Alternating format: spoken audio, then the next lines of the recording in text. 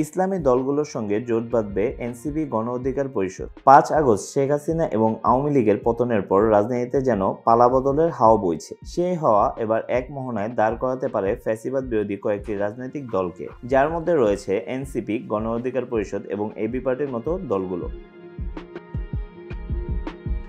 5 আগস্টের পর বিভিন্ন ইস্যুতে বিএনপি যেন অন্যান্য রাজনৈতিক দলগুলোর থেকে একেবারেই বিপরীত মেরুতে অবস্থান করছে। তার মধ্যে উল্লেখযোগ্য একটি বিষয় হচ্ছে পিআর পদ্ধতিতে নির্বাচনের বিরোধিতা করা। এছাড়াও জুলাই সনদ নিয়ে বিএনপির অনীহা লক্ষ্য করা গিয়েছে।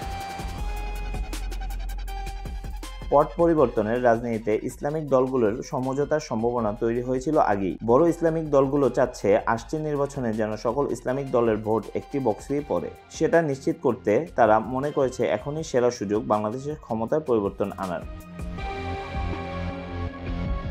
অন্যদিকে বিএনপি এবং সমমান দলগুলো ব্যতীত প্রায় সকল রাজনৈতিক দলই পিআর পদ্ধতির নির্বাচন চায়। এর মধ্যে আরেকটি প্রধান দল এনসিপি রয়েছে গণ অধিকার পরিষদ এবং এবি পার্টির মতো দলগুলো। তাই এই দলগুলো জোটবদ্ধ হতে পারে ইসলামিক দলগুলোর সঙ্গে, এমন সম্ভাবনা তৈরি হয়েছে।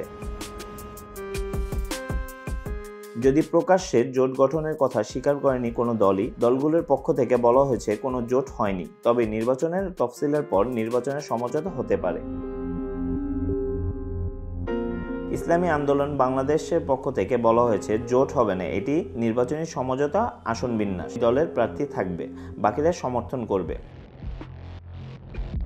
প্রশ্ন হচ্ছে, জোটবদ্ধ না হয়ে এভাবে আসন বিন্যাসের মাধ্যমে কিংবা জোটবদ্ধ হয়ে নির্বাচন করে এই দলগুলো কি বিএনপিকে চ্যালেঞ্জ জানাতে পারবে?